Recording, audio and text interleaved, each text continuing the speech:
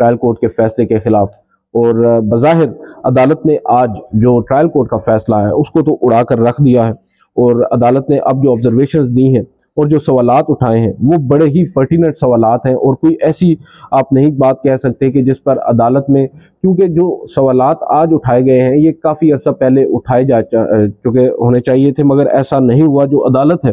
آپ کہہ سکتے ہیں جو اسلام آباد ہائی کورٹ ہے اس کے اوپر شدید تحفظات کا اظہار تو پاکستان تحریک انصاف کر ہی چکی ہے۔ آج کی اگر سماعت کے آغاز کی طرف آئیں تو جو چیف جسٹس ہیں انہوں نے کہا کہ سردار صاحب ہمارے پاس 3 درخواستیں ہیں، اور وہ تقریباً ایک ہی جو اسلام آباد ہائی کورٹ کا آرڈر ہے اس کے نتیجے میں یہاں پر ہمارے سامنے آئی ہیں، جس پر ایک اور جو لطیف کھوسہ ہیں انہوں نے بتایا کہ جو ایم این اے ہوتا ہے، ایم این اے جو عمران خان صاحب الیکٹ ہوئے 2018 میں، اس کے بعد یہاں پر اب ایک شکایت آپ کہہ سکتے ہیں کہ ایک دوسرے ایم این اے کی جانب سے کہ انہوں نے یہ اثاثے ظاہر نہیں کیے، اس پر جو مظاہر علی اکبر نقوی ہیں انہوں نے کہا ہے کہ کون سی ایسی شک ہے جس کے تحت ایک ممبر دوسرے ممبر کے خلاف شکایت کر سکتا ہے یا رجوع کر سکتا ہے۔ خیر سماعت اس میں کافی آگے بڑھی، کچھ سوالات تھے عدالت کے جسٹس جو مظاہر علی اکبر نقوی ہیں، وہ کیونکہ فوجداری کے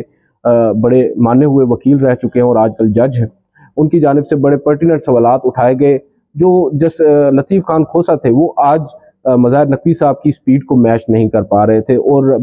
اس میں ایک بڑی وجہ یہ بھی ہو سکتی ہے گزشتہ روز انہوں نے بڑی اچھی اننگز ہائی کورٹ میں کھیلی، آج یہاں پر وہ کافی ان کی کارکردگی مایوس کن محسوس ہو رہی تھی، ان کے پاس سوالات کے جواب نہیں تھے، ان کے پاس آپ یہ کہہ سکتے ہیں کہ جو تیاری ہے ان کی وہ نہیں تھی، اور اس کی ایک وجہ یہ ہے کہ اس کیس کے اندر مین کونسل ہیں خواجہ حارث صاحب، اور خواجہ حارث صاحب ہماری اطلاعات کے مطابق اب اس کیس میں عمران خان صاحب کے وکیل نہیں رہے، اور کچھ اطلاعات یہ ہیں کہ شاید انہوں نے خود معذوری کا اظہار کیا ہے۔ وجہ یہ ہے کہ عمران خان صاحب کے جو دیگر وکلاء ہیں، جو لیگل ٹیم ہے، وہ ایک آپ کہہ سکتے ہیں جب بھی سماعت ہوتی ہے تو درجنوں کی تعداد میں روسٹم پر موجود ہوتے ہیں، اور کیس ان کا مزید بگڑتا ہے بقول خواجہ حارث صاحب کی سائیڈ کے۔ شاید یہ وجہ ہے کہ وہ اب اس کیس کو پرسیو نہیں کر رہے، اور لطیف کھوسہ صاحب اب ان کے شوز میں فل ان کر رہے ہیں، اور یہی وجہ ہے کہ لطیف کھوسہ صاحب کی تیاری اس حد تک نہیں تھی، مگر کیونکہ کیس اتنا کمزور ہے کہ ان کو اتنا کچھ کرنا نہیں پڑا، اور جج صاحب جو تھے، جج صاحب بلکہ ایک نہیں بلکہ تینوں ججز حضرات نے جو سوالات اٹھائے ہیں وہ بڑے اہم سوالات ہیں، اور جو کمپلینٹ ہے اول تو انہوں نے بتایا لطیف کھوسہ نے جو کمپلینٹ پہنچی جس کی بنیاد پر یہ ٹرائل شروع ہوا، وہ کمپلینٹ اس کا آپ کہہ سکتے ہیں وہ اس کی بنیاد ہی غلط ہے، وہ کمپلینٹ دائر کرنے کا اختیار نہیں تھا اس کمیشن آفیسر کے پاس یا ڈسٹرکٹ آفیسر کے پاس الیکشن کمیشن کے، کیونکہ آئین یہ کہتا ہے، قانون یہ کہتا ہے کہ الیکشن کمیشن جو ہے وہ شکایت درج کر سکتا ہے، یعنی سیشن کورٹ کو کہہ سکتا ہے، مگر یہاں پر ایسا نہیں ہوا۔ سیکرٹری الیکشن کمیشن کے کہنے پر ایک ماتحت افسر نے یہ شکایت درج کی، جبکہ چیف جسٹس نے کہا کہ سیکرٹری الیکشن کمیشن نہیں ہوتا، الیکشن کمیشن کا اگر کوئی فیصلہ ہوتا، کوئی منٹس آف دا میٹنگ ہوتے اور اس میں وہ ڈیسائیڈ ہوا ہوتا تو پھر بات سمجھ میں آتی ہے، وہ کسی اور کو آپ کہہ سکتے ہیں کہ وہ اختیار تفویض کرتے کہ وہ دائر کریں یہ شکایت، مگر ایسا اس میں نہیں ہوا۔ سیکشن 190 ہے اور اس کا سب سیکشن 3 ہے CRPC، اس کی یہاں پر بات کی گئی، اس کا حوالہ دیا گیا، اور جو جسٹس جمال خان مندوخیل ہیں انہوں نے پوچھا کیا الیکشن جو آفیسر تھا وہ کمپیٹنٹ نہیں تھا، جس پر وکیل صاحب نے بتایا کہ وہ کمپیٹنٹ نہیں تھا۔ دوران سماعت کچھ اور بھی اہم سوالات اٹھائے گئے، بالخصوص جسٹس مظاہر علی اکبر نقوی کی جانب سے، جن کے جوابات آج اس وقت ہمیں نظر نہیں آ رہے تھے لطیف خان کھوسہ کے پاس موجود، اور اسی طرح ایک موقع کے اوپر جو مظاہر نقوی ہیں وہ شدید برہم بھی ہوئے، اور انہوں نے کہا کہ کھوسہ صاحب پلیز آپ اپنے جو دستاویزات ہیں، اپنے جو ڈاکومنٹس ہیں ان کو تو پڑھ لیں، اور اس کے بعد پھر دیگر اہم مقدمات، دیگر جو اہم نکات ہیں وہ بھی سامنے آئے، اور پھر یہاں پر ٹریورسٹی آف جسٹس کی بات کی انہوں نے، اور جو کچھ انہوں نے کہا کہ آپ کے آرڈر کے ساتھ کی ہوا ہے، میں تو وہ یہاں پر کہنا بھی نہیں چاہتا۔ یعنی آپ کو معلوم ہے یہی مقدمہ جب ہائی کورٹ میں تھا اس سے قبل سپریم کورٹ میں آیا تھا، اور سپریم کورٹ نے جسٹس یحییٰ آفریدی کی سربراہی میں ایک 3 رکنی بینچ نے واپس ہائی کورٹ کو یہ مقدمہ بھیجا تھا، اس پر یہ کہہ رہے ہیں کہ آپ کے آرڈر میں جو آپ نے ڈائریکشنز دی تھی ان پر جو کچھ ہوا اس پر تو میں بات بھی نہیں کرنا چاہ رہا۔ ایک موقع کے اوپر جب عدلیہ پر تنقید ہوئی، یا آپ کہہ سکتے ہیں کہ اسلام آباد ہائی کورٹ یا ٹرائل کورٹ کے جج ہمایوں دلاور پر جب تنقید کی لطیف خان کھوسہ نے، تو یہاں پر ان کو جسٹس جمال خان مندوخیل نے روک دیا. ان کو کہا کہ آپ اعتراض جو ہے وہ فیصلوں پر کریں، ججز پر نہ کریں. اور یہاں پر چیف جسٹس نے بھی ان کا ساتھ دیا اور ان سے کہا کہ this is very important thing. Every court جو ہے وہ ہر عدالت کو ہر عدالت کا ہم نے تحفظ کرنا ہے، اور ہر عدالت کا جو فیصلہ ہے اس پر کرٹیسزم ہو سکتا ہے، مگر عدالتوں پر کرٹیسزم کسی بھی صورت قابل برداشت نہیں ہے. اور پھر انہوں نے یہ بھی کہا کہ آپ کو جو آپ کے آس پاس لوگ ہیں ان کو بھی یہ بات آپ سمجھائیں. اور پھر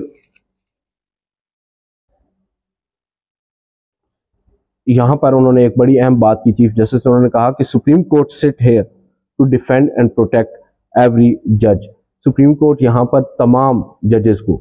ان کے دفاع کے لیے موجود ہے. جو فیصلے ہیں ان پر تنقید کا آپ کو پورا حق ہے، اور اگر کچھ غلطی ہوگی تو ہم بھی اس پر بات کریں گے، مگر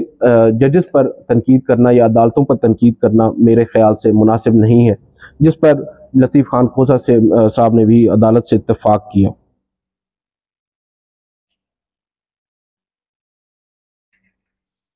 یہاں پر جب لطیف خان کھوسہ صاحب نے کچھ دوسری جانب جانے کی کوشش کی، کچھ پولیٹیکل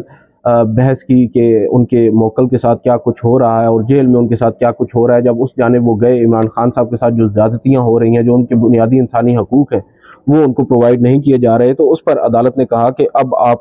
جو ہے وہ ایموشنل ہو رہے ہیں. چیف جسٹس نے کہا، اور ہم یہاں پر صرف قانون کو ڈسکس کریں گے، قانون پر بات کریں گے، جس پر لطیف خان کھوسہ نے کہا کہ میں اپنی نیشنل ڈیوٹی یہاں پر نبھا رہا ہوں. پھر جو ایڈیشنل ڈائریکٹر جنرل ہیں الیکشن کمیشن کے، وہ پیش ہوئے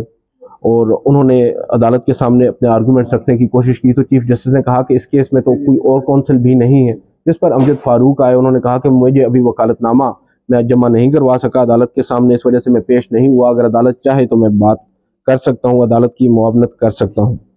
اور پھر انہوں نے عدالت کے سامنے کچھ پوائنٹس رکھے اور چیف جسٹس نے ان سے پوچھا کہ یہاں پر 2-3 نکات اٹھائے گئے ہیں کھوسہ صاحب کی جانب سے. ایک یہ سوال کہ جو ٹرائل کورٹ ہے اس نے عمران خان صاحب کو سنے بغیر فیصلہ سنا دیا، اور جو قابل سماعت ہونے کا ٹرائل کورٹ کا ایک فیصلہ تھا جس کو ہائی کورٹ نے کالعدم قرار دے دیا تھا، اور ہائی کورٹ نے دوبارہ سے ٹرائل کورٹ کو کہا تھا کہ قابل سماعت ہونے پر فیصلہ دے، اس میں ٹرائل کورٹ نے اس کالعدم فیصلے کو دوبارہ سے ریپیٹ کیا. تو کیا یہ بات درست ہے؟ اور اس کے بعد انہوں نے یہ کہا کہ عمران خان صاحب کو سنے بغیر جو فیصلہ، جیسا کہ پہلے میں نے آپ کو بتا دیا، جو وکیل ہیں الیکشن کمیشن کے، انہوں نے ایک موقع پر عدالت سے اتفاق کیا اور یہ بتایا کہ عمران خان صاحب کو اس روز جب کیس فیصلہ سنایا کہ عدالت نے 3 دفعہ کیس کال کیا، نہ عمران خان صاحب پیش ہوئے نہ ان کے وکیل پیش ہوئے، لہٰذا عدالت نے اپنا فیصلہ رینڈر کر دیا، فیصلہ سنا دیا. اس کے بعد قابل سماعت ہونے پر انہوں نے اتفاق کیا کہ عدالت نے اپنا ہی وہ فیصلہ پہلے والا ریپیٹ کیا. اور پھر گواہان کی بات ہوئی تو وکیل صاحب نے بتایا کہ جو عدالت ہے اس نے گواہان کی جو فہرست ہے اس کو مسترد کیا تھا، جس وجہ سے